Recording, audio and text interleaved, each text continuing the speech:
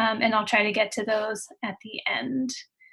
Um, yeah, so that's the hope for tonight, and let's go ahead and get started. Thanks so much for everyone for being here. I know many of you, which is really fun. And for those of you who I don't know, thanks for being here. My name's Stansbury, and I'm a licensed marriage and family therapist with Sweetgrass Psychological Services. And I've been with Dr. Sarah Boylan in her practice for about 4 years. And we're doing a whole series of these webinars with all the recent changes in the world. And so if you're interested in getting that information, please let us know, and we can keep you posted on other webinars that we're going to be rolling out here soon. And tonight you're here because we're going to talk about parenting and how to find a little more peace during this pandemic time and other times as well. I've been working with families and kids for a long time, since 2006, in all sorts of different settings. And really my biggest takeaway is in all of my work is that parenting is a deeply personal process. So tonight is not, I'm not here to tell you what you're doing wrong. And I'm not really here either to tell you what to do better. My hope is that tonight is just about being together, feeling supported, and walking away with a couple more tools that you can try or not. Whenever I talk about parenting, because I know it is so personal, my motto, and even for myself, if I'm reading a parenting book or watching a YouTube video, it's like, take what fits and leave the rest. I do know a lot about kids and families, but you know your family's best and you know your kids best. I don't want anybody to feel like shame about what they're doing or what they're not doing, right? That's kind of the last thing we all need, especially at this moment. So my hope is that if it fits or it seems like something you want to try out, great. And if not, you can just let it be there. And maybe there's a chance you'll pick it up another time. So we are going to start with a grounding practice, because I know many of us have probably struggled to feel a sense of grounding over the last few weeks. I know some of my own feelings I've noticed in myself feeling a little bit more on edge. Sometimes I feel like I can't quite focus. Sometimes I feel pretty irritable. And I'll talk about why that is a little later. As we go through these grounding skills, I will later in the talk be helping you learn how to translate in using them with your kids. So the next few minutes are for you, and know that we will get to figuring out how to help your kids use these skills a little later. So I want you to start, and if you're just tuning in, welcome. We're here. And again, we're going to start with a grounding exercise.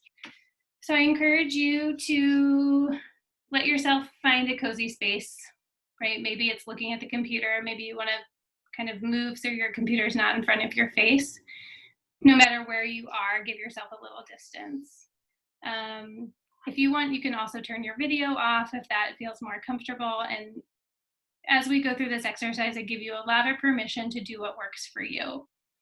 If you feel like you just want to listen, that's great. If you actually want to do the exercise, great. Right? We've all been a little bit on edge, a little bit uncomfortable, and so please do what's right for you in this moment. Before we close our eyes, I'm going to invite you to keep your eyes open and start to look around wherever you are, whether you're outside, inside, in your room. Start to look around, and I'll kind of be showing and doing this with you all too. And as you look around, I want you to not only move your eyes, but move your neck and your head as well.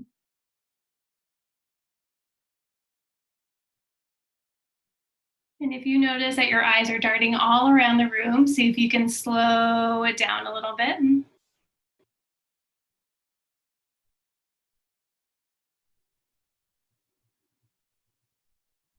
Start to notice any colors that you see, objects.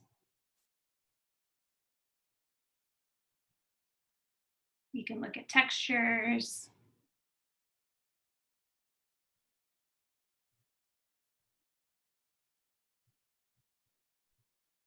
And as you look around, if you can find something that is either neutral, calming, or pleasant to look at.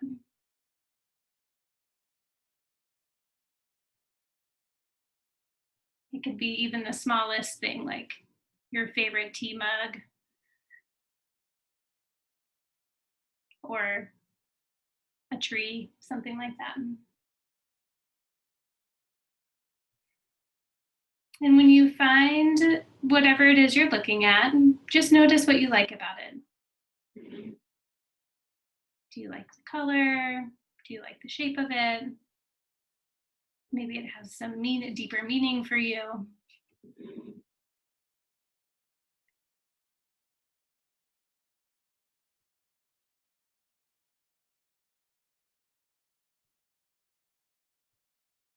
And then as you stay looking at that object, I want you to bring a hand to somewhere on your body. So oftentimes people like to have a hand over their heart, or maybe hands folded over the belly, or even hands in your lap.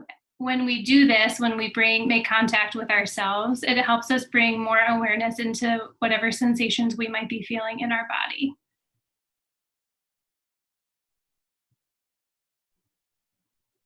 And as you look at that object, notice any sensations that are happening in your body.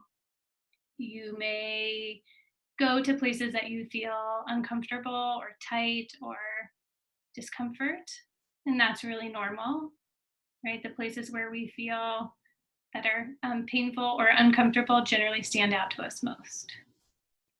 And if you notice a sense of ease in your body, great. And if you don't notice anything at all, that's also okay.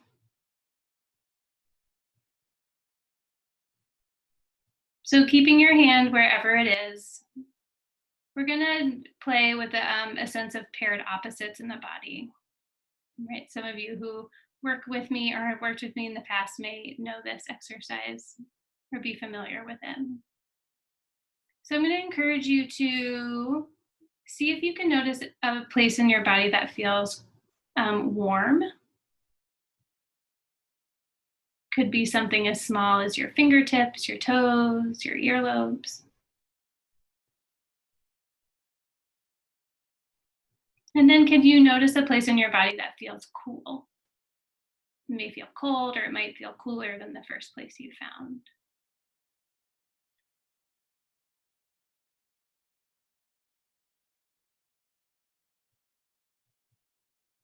And then I'll invite you to notice a place that may feel a little heavier or weighted in your body. Sometimes the heaviness or the weightedness can show up in the lower body, pelvis, legs, but it could be anywhere for you. And can you feel, and now shifting your attention to somewhere in the body that feels light?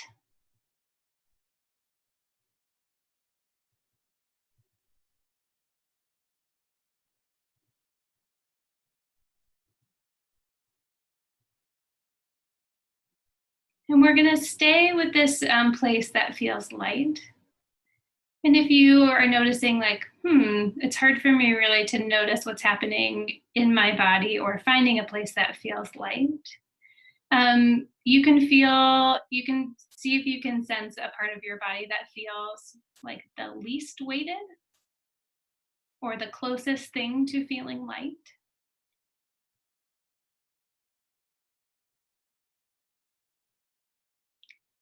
And as you sense inside this feeling, can you notice where it starts and where it ends, right? Can you feel the edges of this light feeling in your body?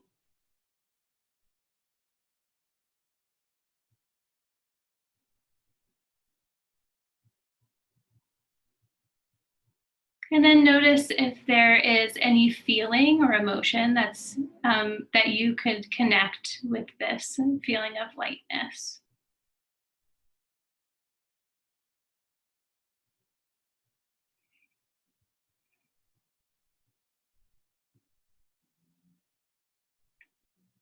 And as you spend some time with this feeling of lightness, do you see if you notice if the feeling grows, if the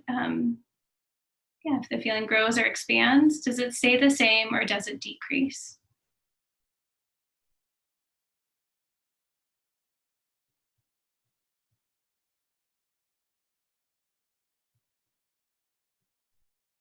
And as you're ready, we're going to start to wiggle our fingers and toes. And if your eyes have been closed, I invite you to open your eyes. And as we come out, you can, right, keep your hand wherever it is or move your hands. And then we'll take a few last moments to again kind of come out how we started by looking around us, looking around the room, and just seeing what you notice.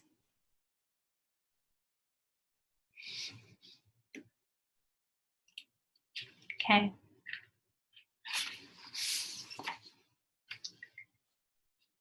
Hopefully at this moment, I know I can feel it a little bit. I think when I first started, I was kind of nervous and talking kind of fast. And I can feel even now just a little bit of that creeping back in.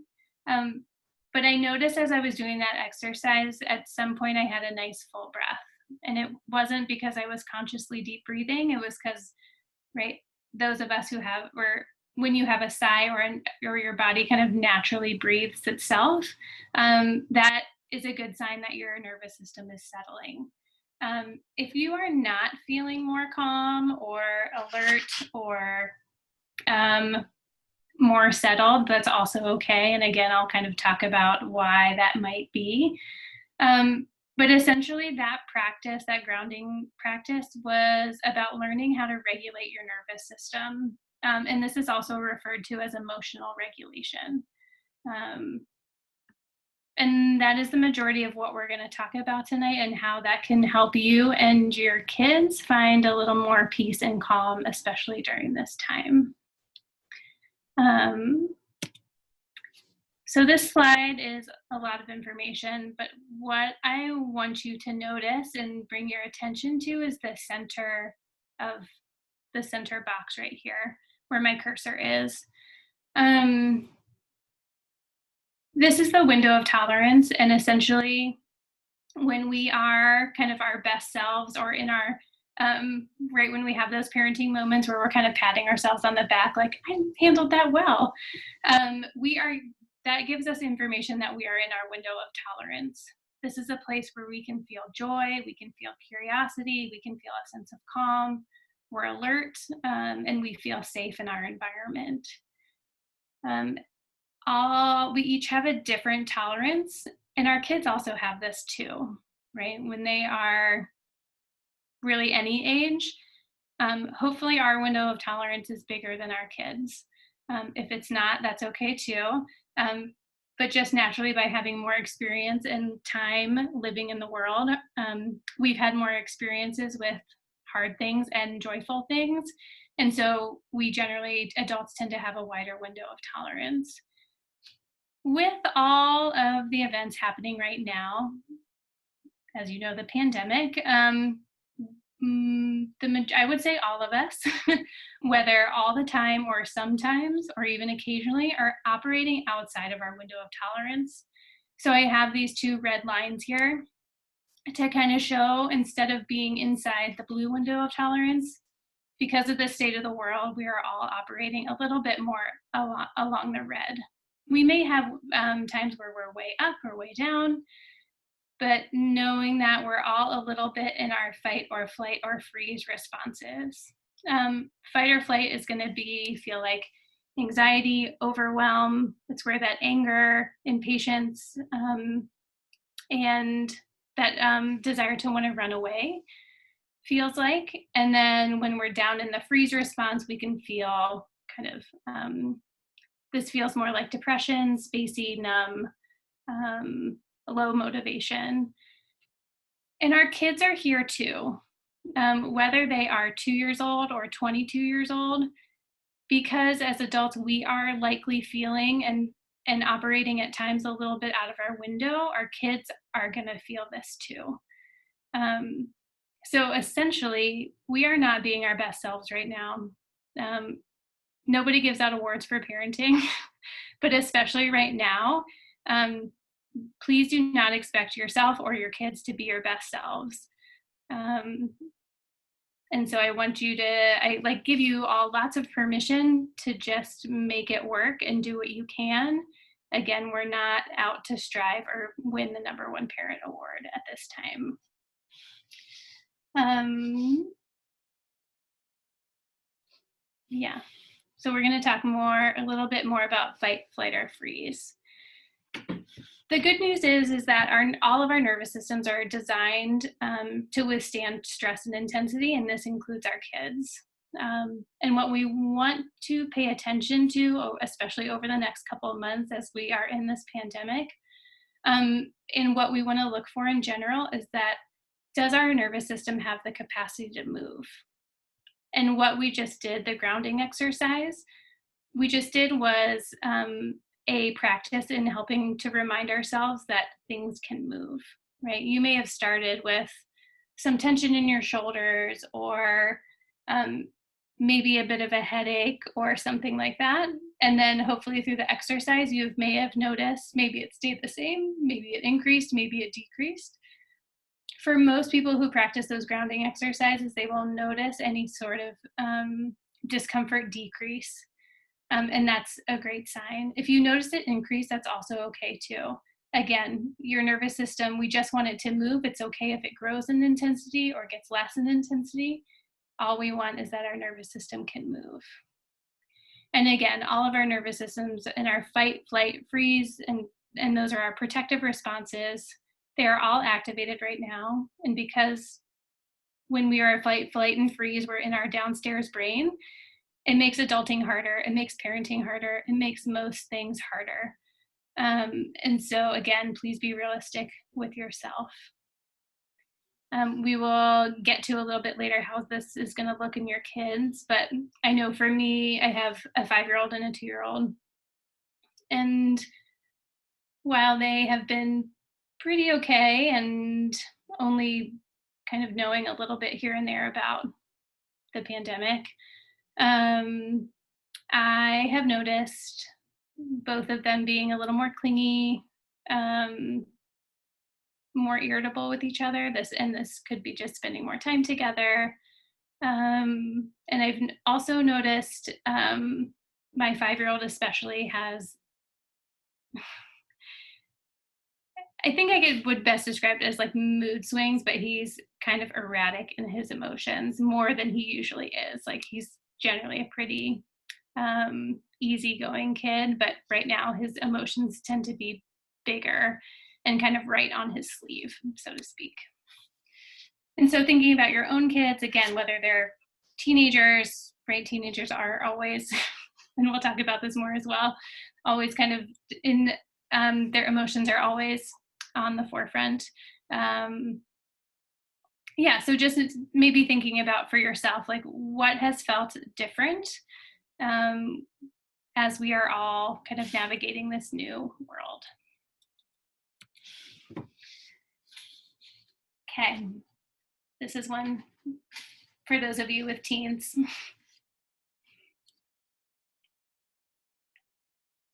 Memes are really important, I think, these days, and it's one of my self-care tools. So nervous system and parenting. As parents, we have or caretakers, parents or caretakers, we have the lovely job of being our children's primary attachment figures more often than not. And it turns out the way our nervous system is operating is going to have an effect on the way our kids' nervous systems are operating. Our nervous systems are also highly affected by our environment and past events or trauma. I don't want you to take this as I can't feel upset or out of my window of tolerance. that is life and that is going to happen. And that's going to happen for your kids a lot. And it's okay if it happens for you a lot. Um, this isn't insurmountable. This isn't something that's going to like create damage or long-term issues for your kids, right? It's just something to be aware of, especially now that for most of us, we are operating at least at certain times of the day outside of our window of tolerance, or we are more prone to get outside of our window.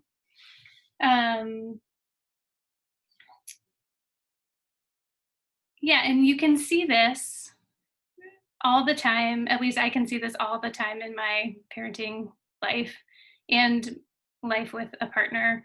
And even if you're a single parent, you can see this as well. How many times does your teenage son or daughter come home? They had a rough day at school. They're being super cranky, rolling their eyes, talking back, and you're trying to keep it together, trying to keep it together, trying to keep it together. And then either you lose it, or a couple hours later, you notice yourself being really irritable or really on edge or really cranky with your partner, right? We can think about almost like our nervous system, we call it co-regulation. So our nervous systems are always kind of pinging off of one another. And so, of course, if our children are dysregulated, it's right, as adults, our brains kind of get sucked in to their dysregulation. And if we're not careful, we can easily get dysregulated with them. But unfortunately, that leaves, oftentimes, so to speak, leaves no adult in the situation. And it can be like two little kids fighting. I know I have found myself power struggling and fighting with my 5-year-old, like, and I walk away being like, what was that? Like, yeah, that I totally get sucked in. But the more often we are able to be regulated, the more we can expect our kids to be regulated. The more we have these kind of tips and tools up our sleeves, the more often it gives our kids a chance to, again, their nervous system can move. So if we stay regulated when our children are dysregulated, whether that's a 2-year-old, again, a tantruming 2-year-old or a tantruming 12-year-old, it kind of looks the same. Our children are more likely to have the ability to move through a little faster if we can stay regulated. If we are dysregulated, please do not expect your children to be regulated. Some of them may be able to, but more often than not, if we are feeling dysregulated, it opens up more chances for them to be dysregulated again, because we're always kind of pinging off each other, and our nervous systems are responding to one another. And this can happen in a positive, right? I'm talking a lot about kind of how we throw each other off. This can also happen in a really positive way. It's the reason why if you've, right, even if you had a great day, at the end of the day, if you go outside and you're like petting your dog or sitting right next to a fire pit or whatever, you have great positive feelings. Or if you call your best friend, you often end the phone call feeling better, right? And our nervous systems can regulate kind of to increase the safety, increase the joy, increase the groundedness with each other too, as well as throw each other off. And ultimately, I like to think that if my child is dysregulated, it's my kind of how I try to set myself up is like, okay, if my child is dysregulated, that's going to be inevitable. But I hopefully feel like I have a choice as to whether to stay regulated or become dysregulated. It takes a lot of practice, but it's not impossible. And granted, I've been doing this stuff a long time, and I still get sucked into those moments with my kids. And we'll talk about what to do. We'll keep talking about what to do if if you are struggling with dysregulation, and what to do afterwards to repair with your kids. So things to remember. It takes our nervous systems time to shift gears, and that's still true for kids. You definitely don't have to be emotionally regulated all the time for your kids to be able to learn these skills and tools, and to learn ultimately how to self-regulate. Teenagers still need a lot of help in modeling self-regulating. I find that sometimes with parents, that when our 3-year-olds are kind of tantruming and being terrible and losing their marbles, we have a lot of empathy. We can have more empathy for them because they're so little, right? It may not happen in the moment, but afterwards we can be like, oh yeah, they're tiny and they don't know a lot about the world, and wearing their pink shoes instead of their purple shoes, that does feel like a big deal to them. But I find that when we have teenagers, because they are capable of more things and they seem and they think that they're right, can be responsible and independent, and oftentimes they are in lots of ways, like they're driving and dating and applying to college and things like that, we lose a lot of empathy when they become dysregulated emotionally, right? If teenagers are really great at throwing tantrums, again, they look maybe a little different than 3-year-olds, but not much. When they are stuck in that kind of dysregulated state, sometimes parents lose their empathy and have a hard time remembering that, like, oh yeah, some of the stuff that they're dealing with is a really big deal to them, just like the pink shoes and the purple shoes, their friends, or whatever this small thing is to us. Teenagers, it's actually still a big deal to teenagers, and they are dealing with complex emotions, oftentimes for the first time, in kind of a new way, because their brains are still growing and changing. That was a long spiel to say teenagers still need your help. We are all more prone to dysregulation during transition. That's part of this whole COVID outbreak. Our schedules, our daily routines are all up in the air for our kids and for us. And we are all more prone to dysregulation during transitions. And the emotional field of our environment also has an impact. As a global community, while there are many wonderful things happening, and I think I've seen, right, a closeness in community and more contact with family members and things like that, there's also a lot of grief. There's also a lot of anxiety and feelings of being out of control. And that global climate, whether you are aware of it or not, all has an impact on how we are feeling from day to day. So it's good to be watching your patterns of when you are feeling less like yourself, when you may be out of your window. I notice that if I read a little too much news before bed and I don't sleep as well, it's harder for me to settle. And then I'm irritable with my kids in the morning, and by 8:30, we are not having a good day. And so I've really had to look at that and say, okay, what am I contributing? And how do I make this different for myself and set us all up for having just a different experience in the morning? My partner also really appreciates when I do that. Okay, let's see how we're doing on time. Great, we're doing good.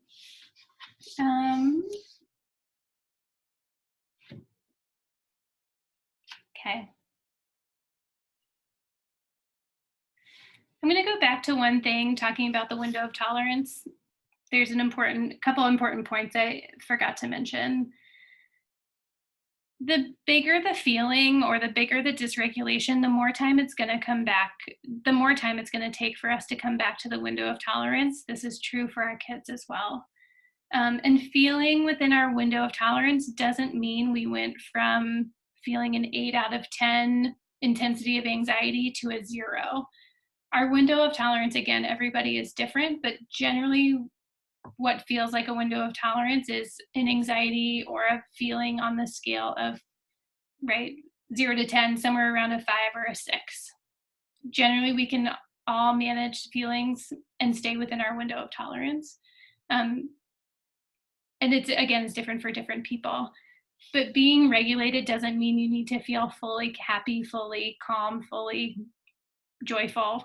That's not what regulation means. Regulation means you can be having an emotional experience, or and especially an uncomfortable one,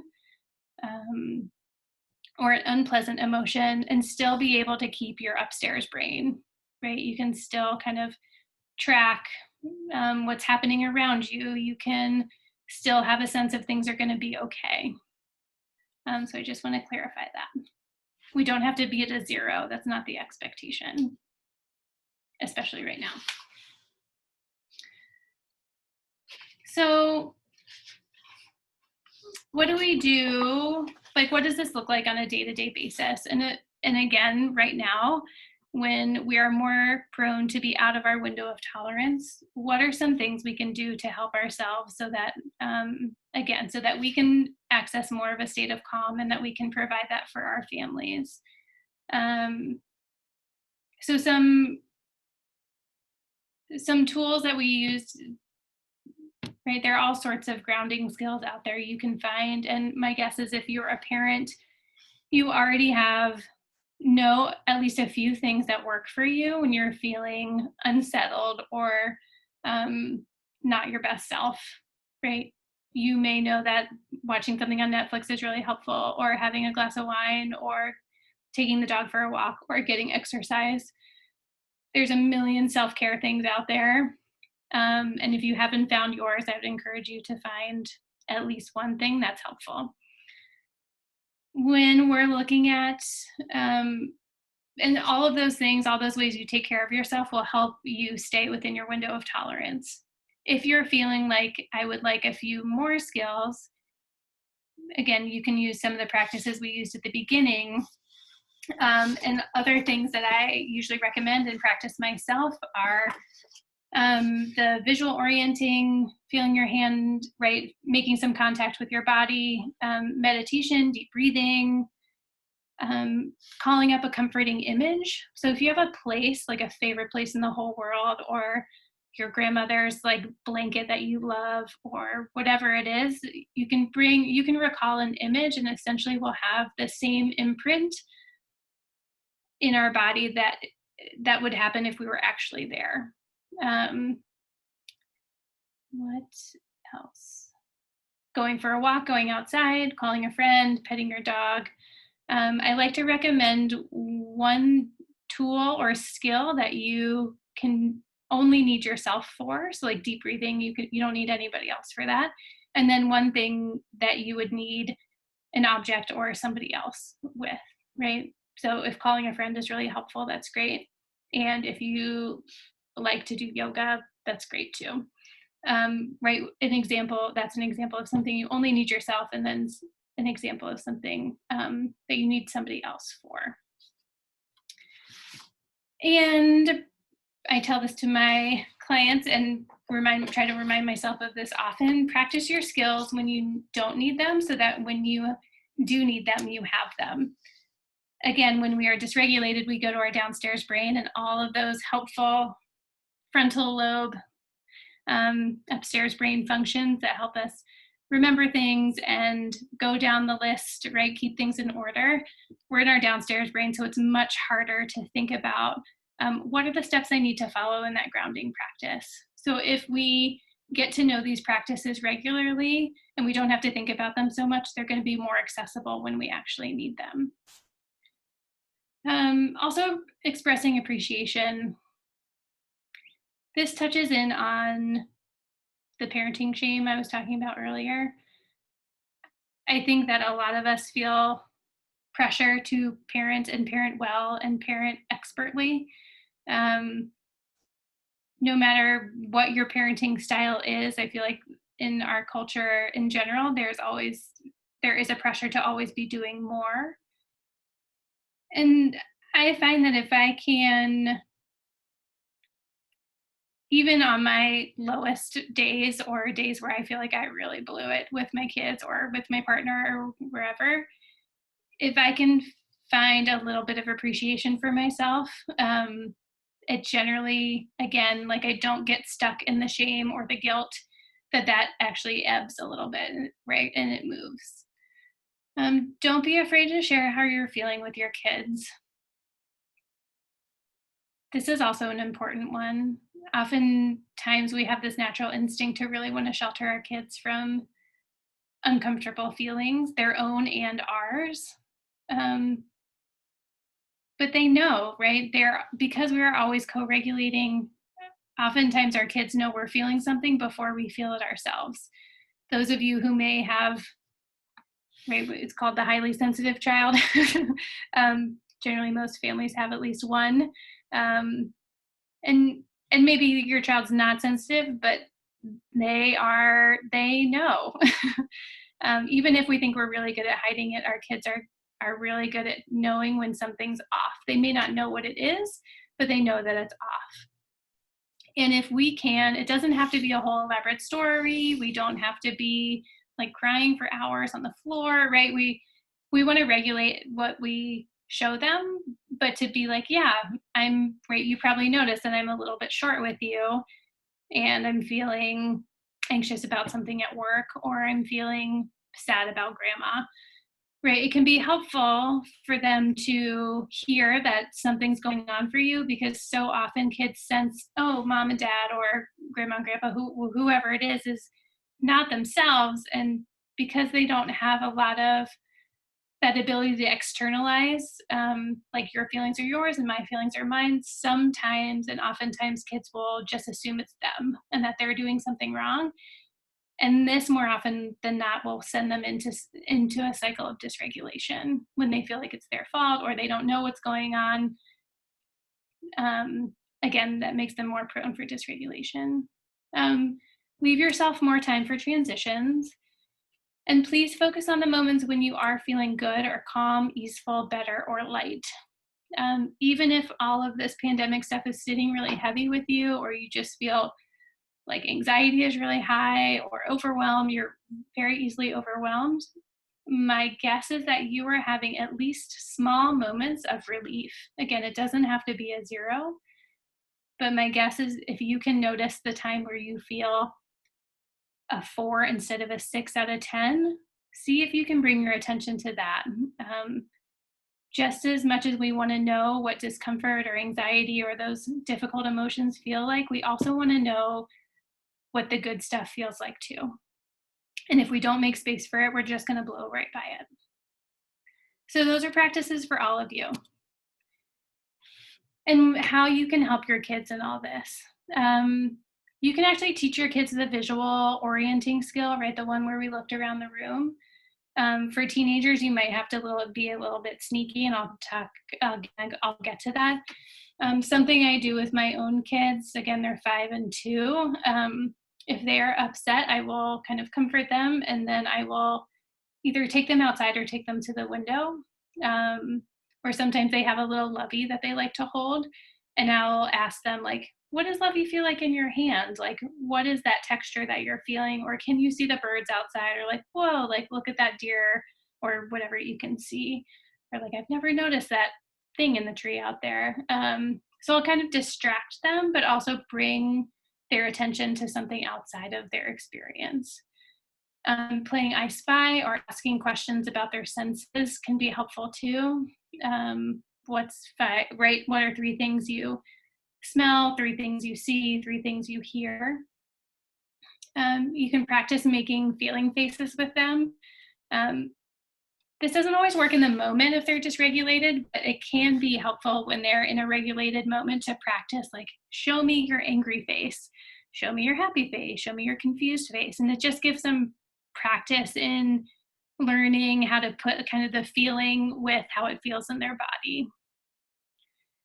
Leave space for your kids to talk about how they're feeling. For teenagers, this is an interesting one. So I used to, part of my previous work was working in wilderness therapy with teenagers. So I'd basically be responsible for 12 dysregulated teenagers and being responsible for them in the woods. I'd take them backpacking and they'd live outside for 2 to 3 months at a time. And it was my job to keep them alive and safe and hopefully teach them a few ways to emotionally regulate themselves. It was a very adventurous and tiring job. But what I noticed most about teenagers, again, not all of them, but most of them, especially if they tend towards withdrawal or kind of being more shut down, if we were moving, right, if we were hiking, if we were trying to build a fire, if we were gathering wood, and I was quiet, they would just start talking and not stop, right? The kids that I couldn't get anything out of, right, I would ask them a million questions and just get one-word answers. If I just shut my mouth, more often than not, they would eventually just keep talking. there's a real power in being present without an agenda or without judgment for teenagers. It's really hard to do that as a parent, because we get so worried about them and feel so much pressure to turn them into successful adults. um, but if you give them the gift of of your presence, they will, again, in time, often return their own. This can look like going for a hike with your teenage son and not talking. And if you can hang in there with him, right, and make it a longer hike, oftentimes by the end or even on the drive home, you may see or hear your kid talking about all sorts of things. Car rides are really good. For littler kids, you can just ask them questions. Little kids tend to be kind of brutally honest. Don't interrupt them when they're playing, but if there's a time that you generally come together as a family, whether it's dinner time or you do something in the morning or before bed, it can be a nice time to just check in, like, how are you feeling about this? Like, it must be hard to not see your friends. What's that like? Leave more time for your kids' transitions as well. Build in settling activities throughout the day. Again, if you can go back to that idea of the nervous system moves. If you notice your kid is trying to knock out online school and then getting in a fight with their brother, and then you're asking them to do chores, those are three kind of hard, most likely things that could cause dysregulation or unpleasant emotions in there, even if they like school. So see if you can build in or encourage them to do something else, like, hey, why don't you take the dog for a walk after you do your homework? Or I see you've kind of, see if you can kind of build in that rhythm, and you can do that for little kids too. I hope that makes sense. And also reflect when you see your kids in a positive mood or they're enjoying an activity or expressing excitement, like, hey, it seems like you're really excited about that. Again, so they can start to realize, like, oh yeah, I am, like, this is kind of nice, right? And one note on expectations, this is for all of you, teenagers or kids or little kids or those in between. Expectations all around are different. It's helpful to talk about the changes that are happening at home, at school, with friends, and in the world. Especially the social piece. I'm sure a lot of your teenagers are really struggling with not being able to see their friends. And I just know that they're gonna be miserable. Their friends are their second family, and the more you can just hear them and be with them in the suck, even when they're terrible, um, the more kind of so when teenagers feel heard, they're more likely and feel like you really get it. The more likely they are to come out of their dysregulated state. They're not going to be angels, but they may stop, like, beating up on their brother or saying inappropriate things. um, so please acknowledge for yourself and your kids that the expectations are different. Online and distance learning requires a totally different skill set and learning style than in-person school. So that's going to be really different. Expectations and rules or routines are going to be different.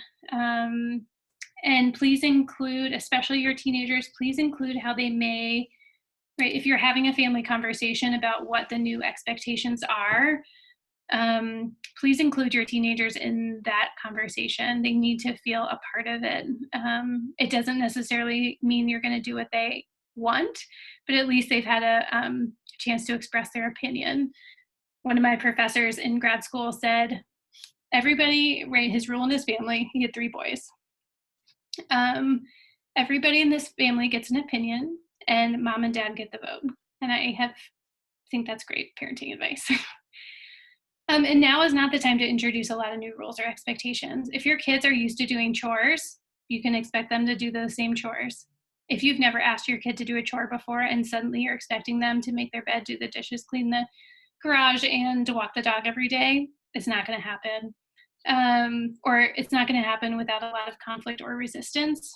If you need help with something, ask for it, but don't roll out this whole new, like, schedule expectation situation. one, more than likely you're going to have a hard time sticking to it, and two, you're going to get a lot of pushback, and we don't need any more intensity or hard things in our life right now. Okay, I see we're getting close to the end. I'm just going to go over 2 more tools that you can use with your kids and yourself, and then we will be ready for questions. I realize this is a lot of information, but I hope it's been helpful so far. Okay. This last skill and tool is called validation, and some of you may have heard about it before. But what I want you to know about validation is you need to validate yourself first.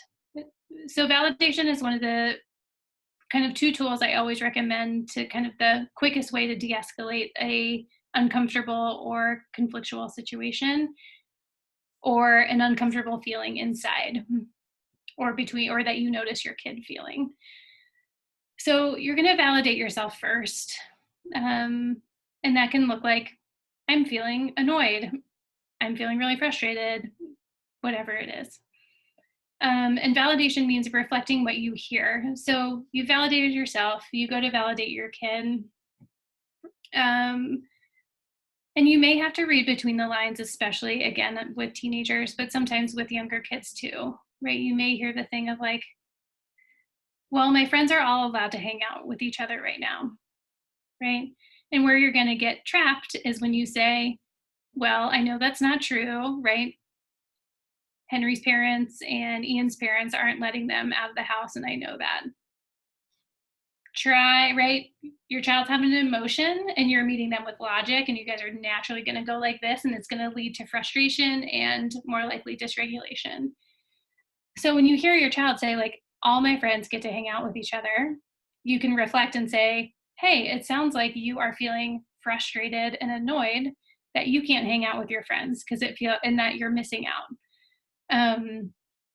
Right? So that's how you play detective. That your child didn't actually say an emotion word, but you kind of, right, used your spider sense mom and dad skills to kind of suss that out.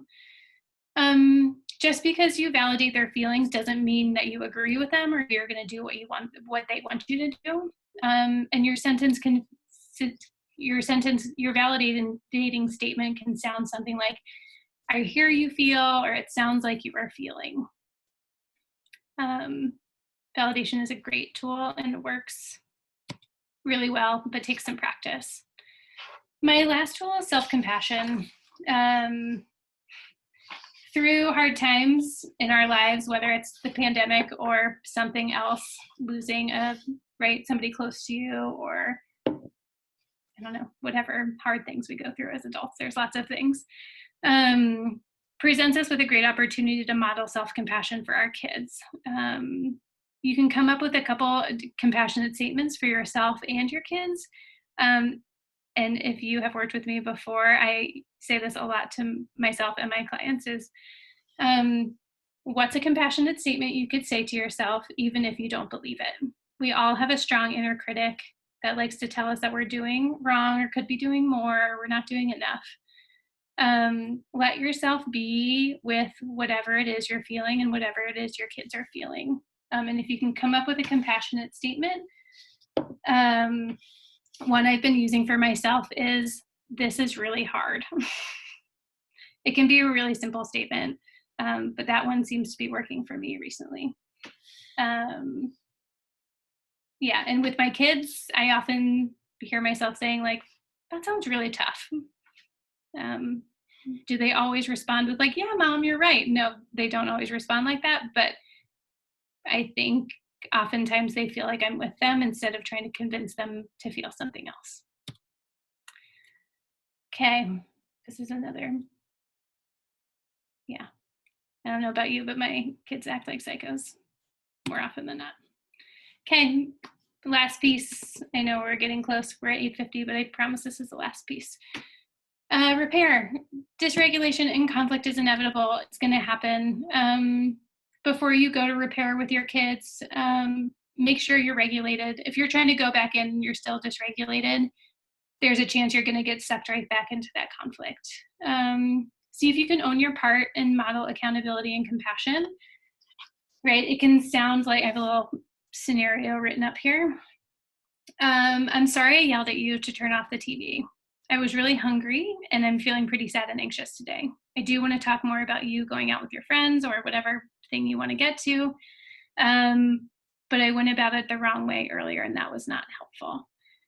You can say this to a 5-year-old, you can say this to a 3-year-old. They may not be picking up on all the things that you're saying, but it's great to start practicing how to own your part with your kids. And it's great modeling for them to learn how to do it themselves. Again, validate your own feelings first.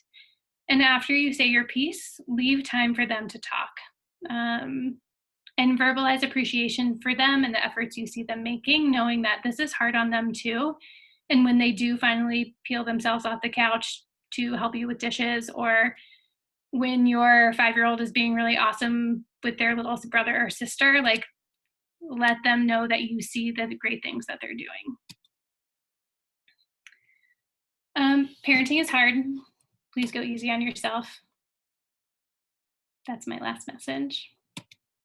Okay.